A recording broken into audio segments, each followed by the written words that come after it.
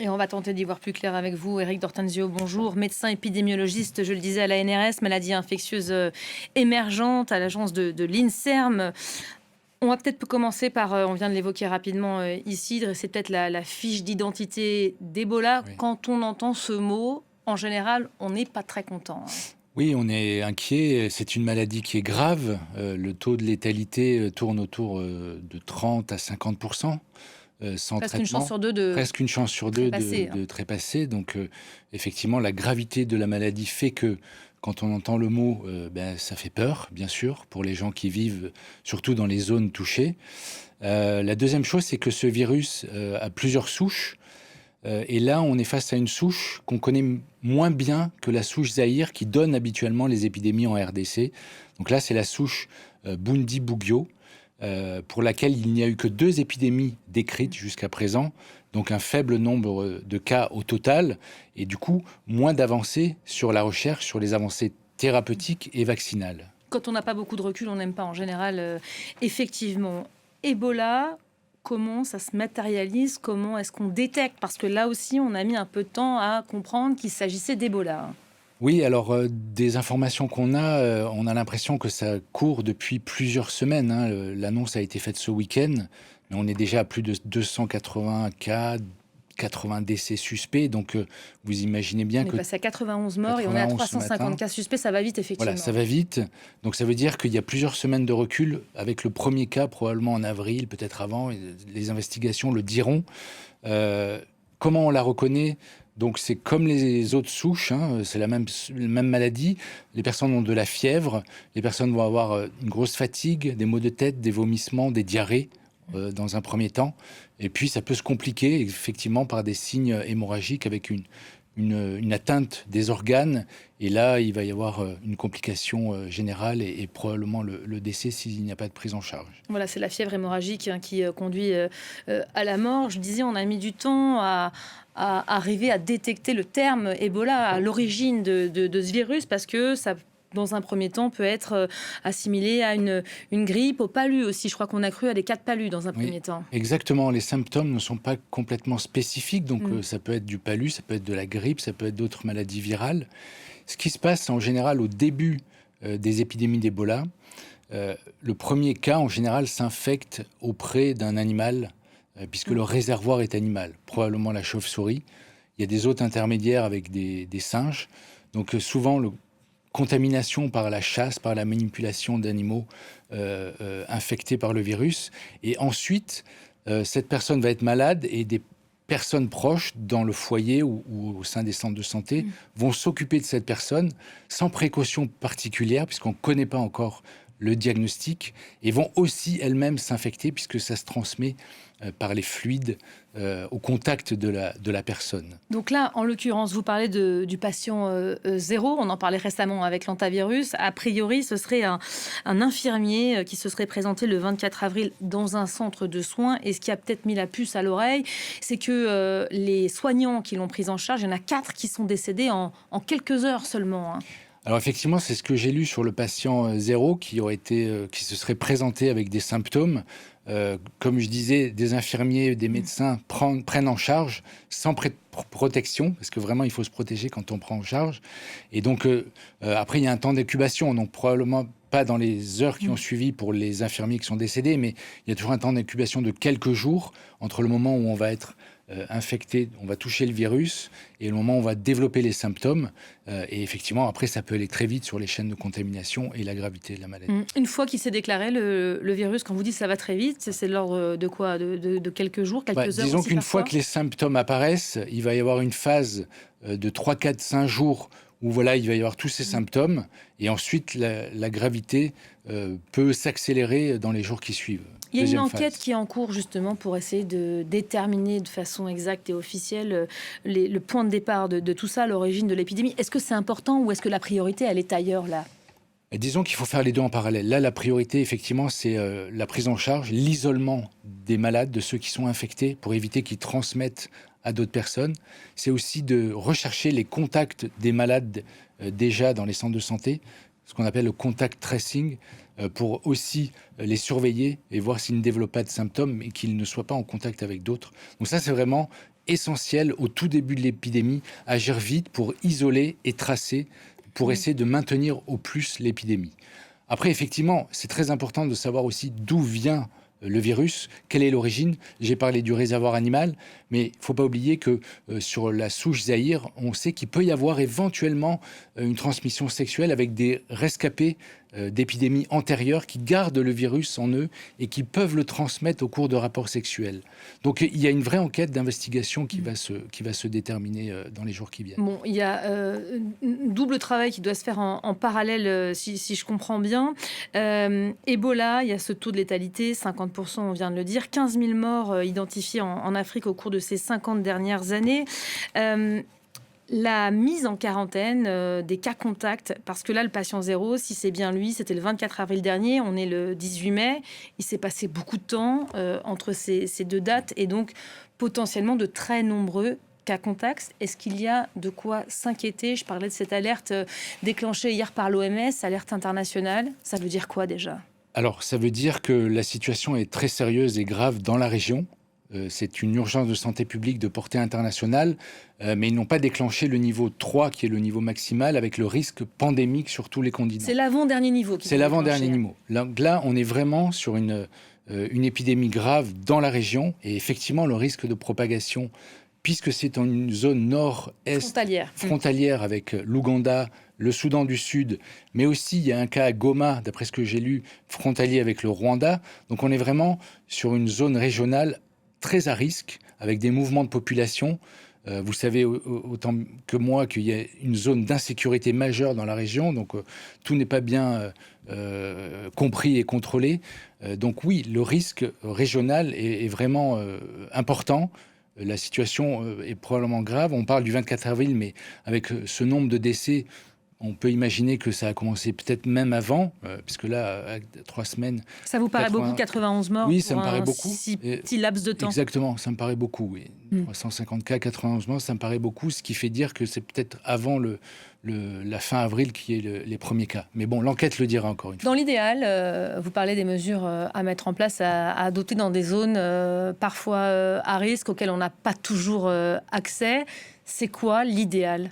Alors, l'idéal, effectivement, ça serait d'avoir un vaccin. Il en existe un pour la souche Zaïre, qui a été mis en place à chaque fois lors des dernières épidémies en RDC, et ça permet de contenir, puisqu'on va vacciner les contacts et les contacts des contacts.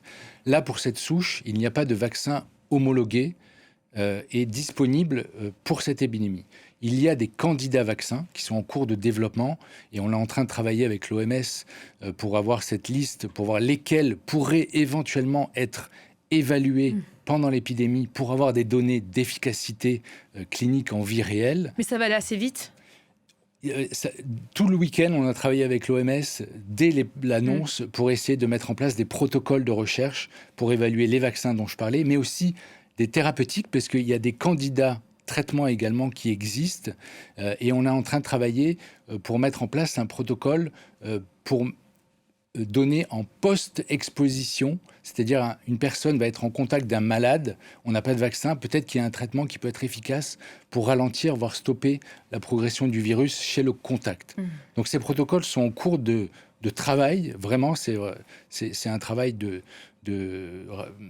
disons, de sprinter, parce qu'il faut agir très vite. Ensuite, il faut avoir les autorisations réglementaires, éthiques, que les gouvernements des pays soient OK avec les protocoles. Et donc, tout ça va se jouer dans les jours qui viennent.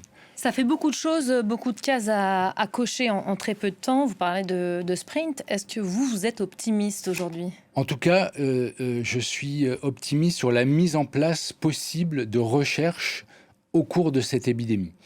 Sur la situation, maintenant, on est au courant. Les équipes de MSF vont aller sur place pour prendre en charge. L'OMS va déléguer des moyens et des ressources. Donc l'isolement des cas et le contact tracing a commencé. Et donc là, ça va permettre probablement de ralentir. Mais comme ça s'est passé déjà depuis plusieurs semaines, il va falloir aller chercher tous ces contacts et identifier tous les malades. Comment on fait ça? Parce qu'on évoque depuis tout à l'heure des populations qui sont parfois très difficilement atteignables. Vous avez bossé sur le terrain. Vous savez qu'il y a toute une partie de la population qui va passer dans le trou de la raquette, là. Disons que c'est un travail d'enquêteur, vraiment minutieux où il va falloir interroger les malades avec qui ils ont été les jours précédents pour identifier les contacts et ensuite aller voir ces contacts, trouver leur adresse, leur poser des questions sur leurs symptômes ou pas, et ensuite avoir une surveillance de ces contacts jusqu'à ce qu'ils sortent de la période possible d'incubation qui est de 21 jours. Qui va faire ça ? Alors, les équipes des ministères de la Santé des pays, de RDC et d'Ouganda, appuyées avec les équipes de l'OMS, appuyées par des ONG de type Médecins sans frontières, tout ça avec une coordination sur le terrain. On a les moyens matériels, financiers pour appréhender ce genre de crise. On ne parle pas d'une ville ni d'un pays, on parle d'une région. Alors, je n'ai pas le détail des moyens disponibles, mais dans ces cas-là, l'OMS en général met des moyens. MSF a une capacité ultra rapide de développer sur le terrain des unités de prise en charge des malades. Et ensuite, les gouvernements, vu ce qui se passe, sont aussi sur le sujet. L'OMS, décidément, à la une en ce moment. On parlait beaucoup de l'entrée en scène de l'Organisation pour la gestion et la prise en charge de l'épidémie d'hantavirus. Voilà maintenant Ebola qui pointe le bout de son nez. L'Organisation mondiale de la santé qui organise aujourd'hui son assemblée annuelle. Le grand rendez-vous s'est ouvert ce matin à Genève dans un contexte particulier après les retraits américains et argentins. C'est ce que nous raconte tout de suite en images Noémie Roche, et puis on y revient juste après. Regardez. Mesdames et messieurs, l'Assemblée est maintenant ouverte. Pour l'Organisation mondiale de la santé, c'est une assemblée sous pression après une année difficile. Il y a d'abord eu la décision de Donald Trump de retirer les États-Unis de l'agence onusienne dès son retour à la Maison-Blanche. Un énorme coup dur. L'OMS a perdu le plus grand contributeur à son budget et l'un des principaux acteurs contre les menaces sanitaires mondiales. Nous regrettons cette décision et nous espérons que les États-Unis reviendront dessus. Nous serions heureux d'engager un dialogue constructif pour préserver et renforcer la relation historique entre l'OMS et les États-Unis, qui a contribué à des impacts significatifs tels que l'éradication de la variole. Je peux vous en donner une longue liste. Entre ce retrait américain, suivi de celui de l'Argentine, et la baisse globale des contributions internationales, l'OMS a dû réduire son budget de 20%. Un peu plus d'un an plus tard, son directeur assure toutefois avoir stabilisé la situation. L'organisation dit avoir mobilisé l'essentiel des financements nécessaires pour les 2 prochaines années.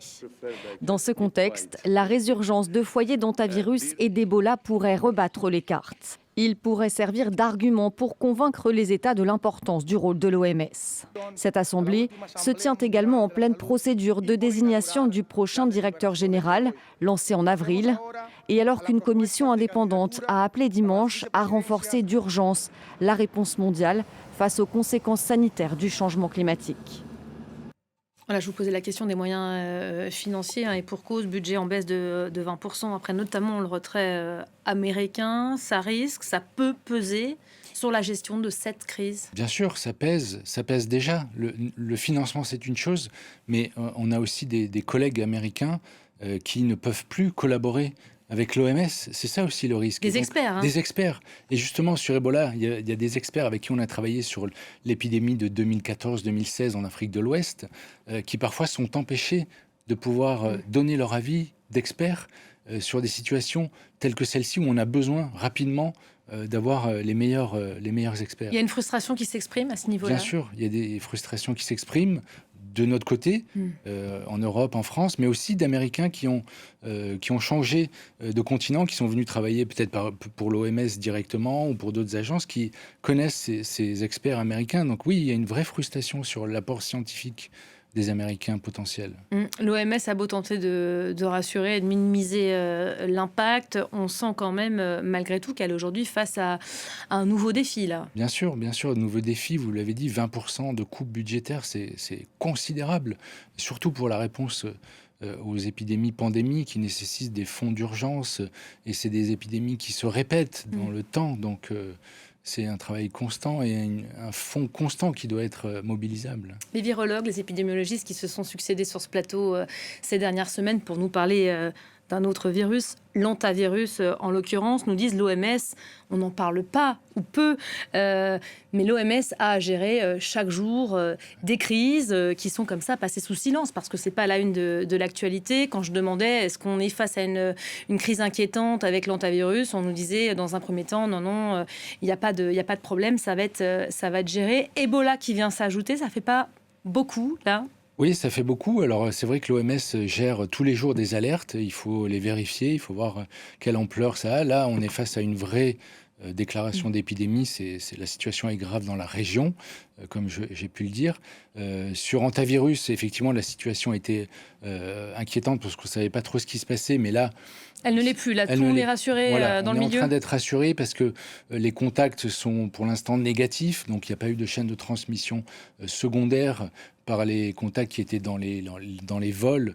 Et il n'y a pas d'autres nouveaux cas du bateau qui sont diagnostiqués positifs. Donc, voilà, la situation... Là aussi, il y a une grosse période d'incubation quand même de 6 semaines. Oui. Est-ce que c'est pas trop tôt pour le dire, ça, qu'on est rassuré et que le pire est derrière?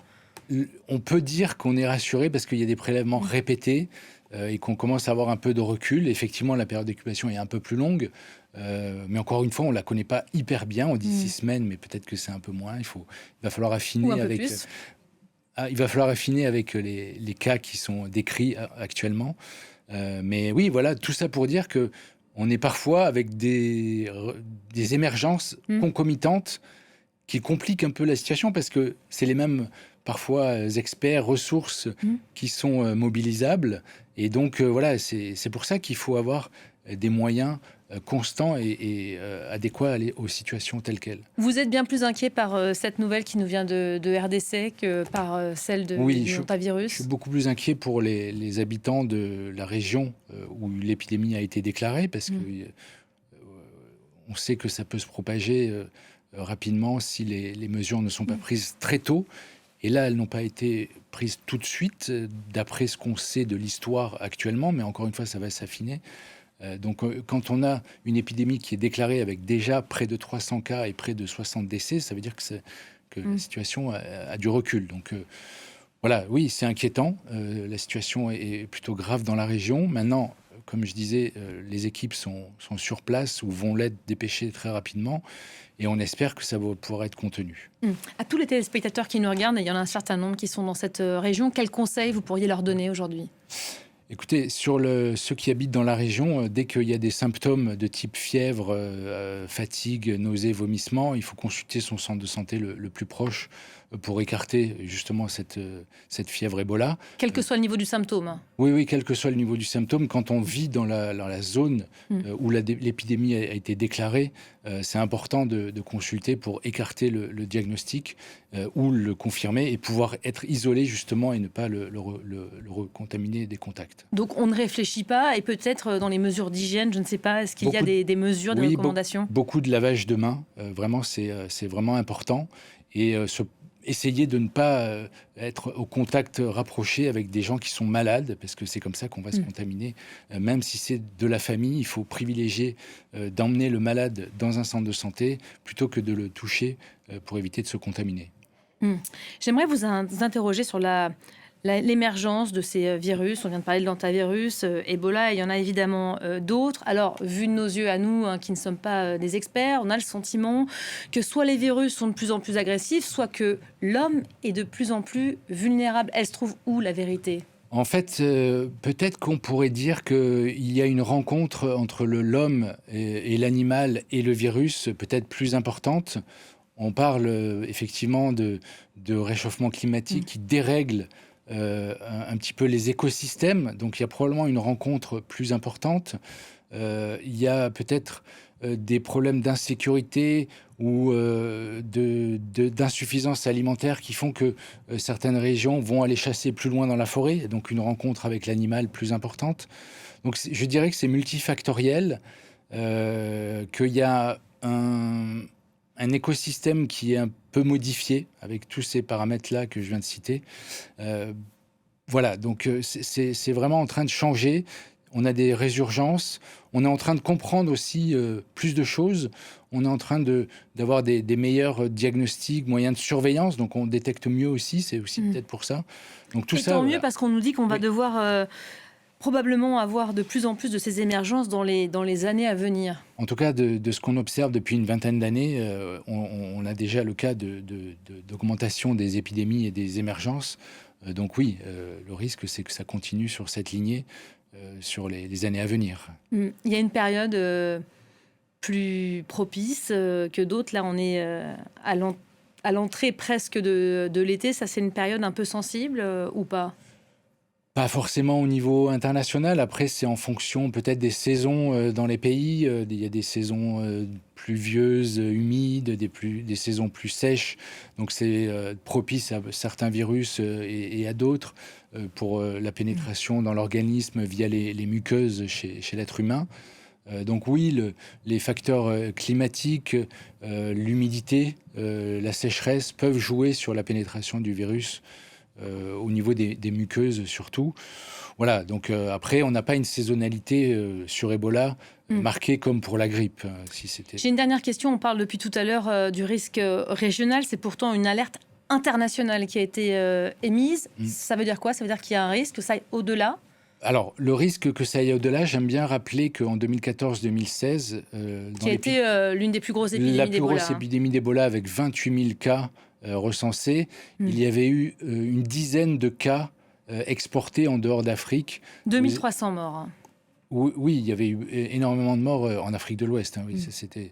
Et donc, le risque d'exportation existe, bien sûr, hein, mais sur les 28 000, il y avait eu 10 cas en États-Unis, Royaume-Uni, Espagne, France, et qui n'avaient pas donné lieu réellement à des chaînes de transmission secondaires, même si 1 ou 2 soignants s'étaient contaminés. Donc le risque est toujours possible, effectivement. Mais pour l'instant, c'est vraiment au niveau régional que la situation est inquiétante. Après, bien sûr, un malade avec des symptômes peut toujours prendre un avion et se déplacer, mais bon, voilà. Et on va suivre évidemment l'évolution de la situation donc, dans cette région. L'instauration, on l'espère rapidement. Donc, vu ce que vous nous dites de protocole, on est en train d'y réfléchir et ça devrait se mettre en place, se concrétiser assez vite. J'espère, oui, dans les jours, semaines qui viennent. Merci beaucoup, Éric d'Ortenzio. Merci d'avoir été l'invité d'Olinfo du jour. Après